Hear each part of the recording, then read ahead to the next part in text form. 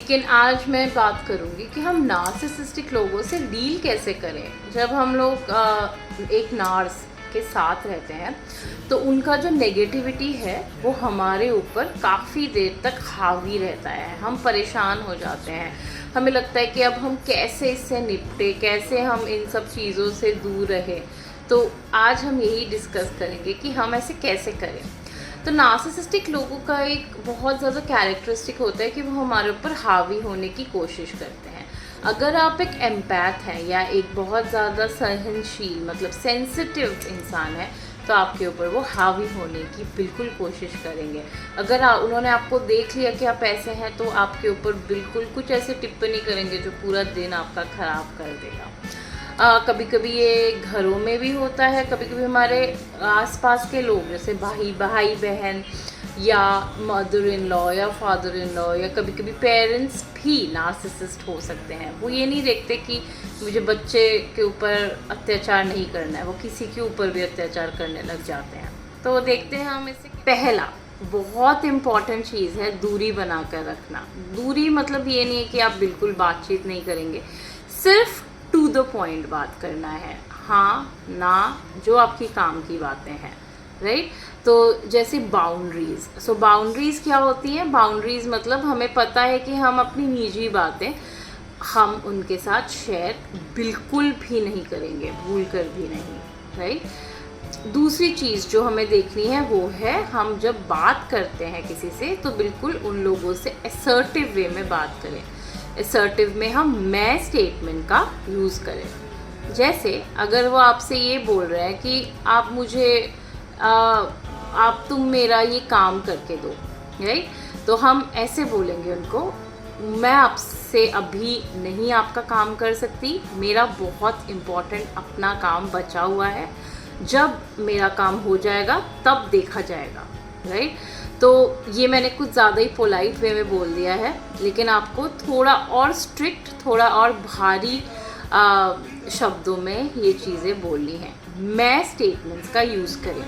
वो कैसे होगा? आप प्रैक्टिस कीजिए मिरर के सामने रह के, जैसे कि खड़े हुए हैं मिरर के सामने, आँखों में आँखें डाल के बात कीजिए, राइट। दूसरा है आपके ऊपर इनका जो बात का जो असर है वो तो पड़ेगा ही, राइट। अगर आप सेंसिटिव हैं तो वेरी इंपॉर्टेंट ये है कि आप जर्नलिंग करें, मतलब अपनी बातों को लिखें।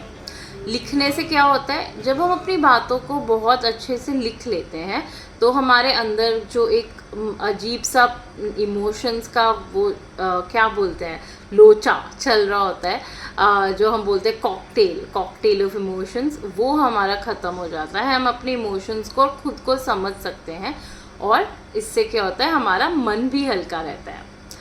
फिर होता है कि आप थोड़ा सा अपने ट्रस्टवर्दी दोस्त या अगर आपके आसपास कोई है उनको आपके जो एक्सपीरियंसेस हैं इस नार्स के साथ वो बताएं, ताकि देखिए अकेले इनके साथ डील करना कभी कभी बहुत मुश्किल हो जाता है, तो सपोर्ट की बहुत ज़रूरत पड़ती है। तो सपोर्ट ज़रूर लें किसी का भी।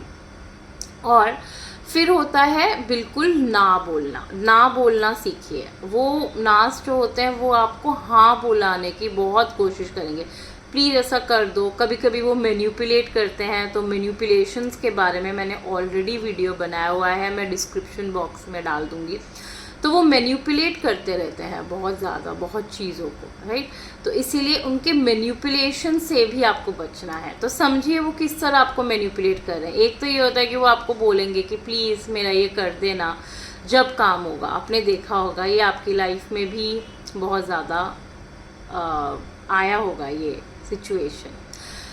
तो नार्स क्या होते हैं, ये सारी चीज़ें अगर आप प्रैक्टिस करोगे, लास्ट जो है वो है पॉजिटिव थिंकिंग। तो आप पॉजिटिव थिंकिंग तो आपको रखनी ही है एट एनी कॉस्ट।